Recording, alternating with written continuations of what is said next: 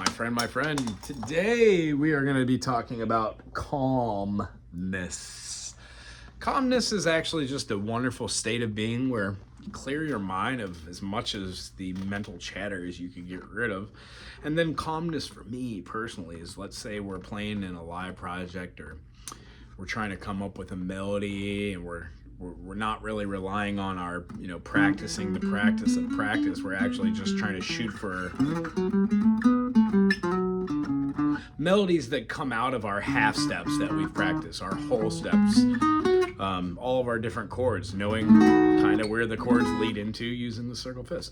So at a certain point, when you get a little bit of music theory and some chords behind you, it turns out that a lot of the stuff that we're moving through these chord structures are easier approached when you just view them as like what note changes in our 1, 3, 5. So in a 6 chord, when we have something like a C6 and we add on that A, how do we utilize that note that's different than a C major to make a little melody?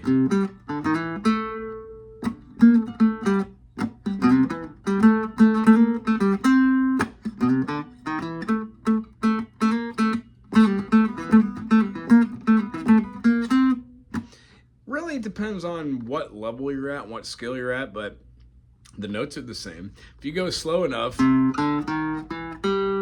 you know what a 7th is, and you know that the 6 is right next to the 7th, I always try to shoot for doing everything. And then what does the flat 6 or the minor 6 sound like?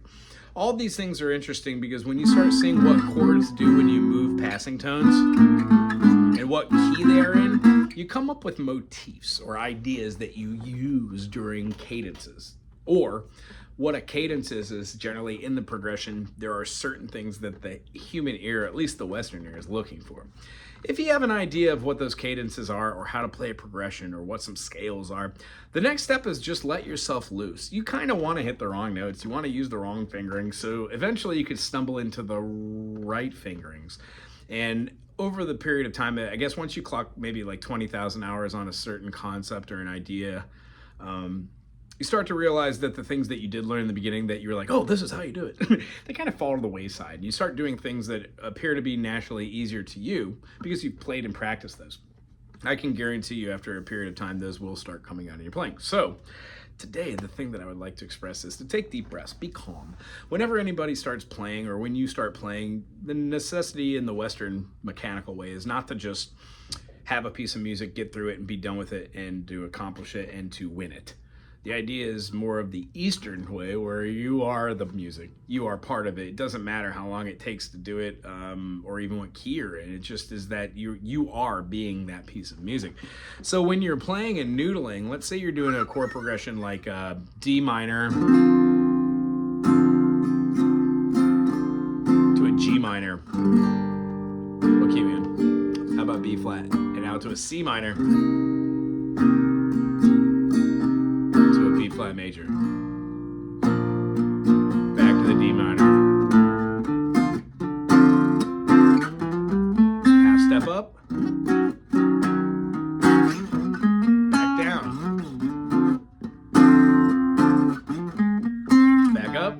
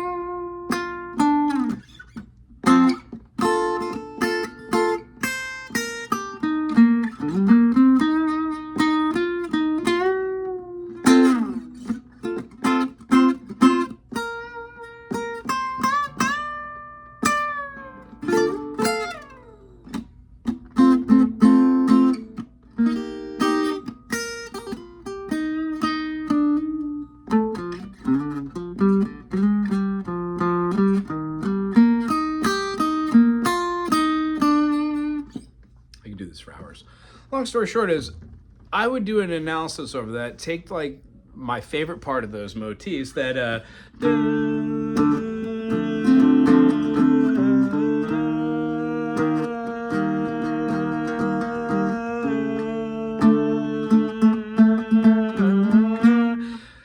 I'm hearing the fifth to revolve around for all those melodies, but what I played was nowhere near the fifth. So being able to analyze it in real time means that if I'm overdoing it, diddly, diddly, diddly, diddly, diddly, I don't know if personally I'm coming up with anything fun or new or melodic or not to be challenging, or just something that is against the beaten path. And by doing music analysis, by like, let's say we're doing this D minor to the E flat major, we're doing a half step movement, that lets me know yes, I could use a few different modes, you know, I could even use like this whole tone, half tone feel, I could use hexatonic scales, I could use, you know, any of the modes in the diatonics.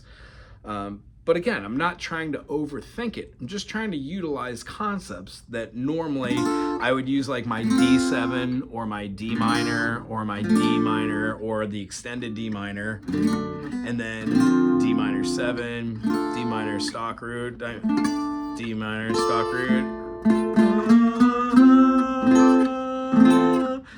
and then going through all these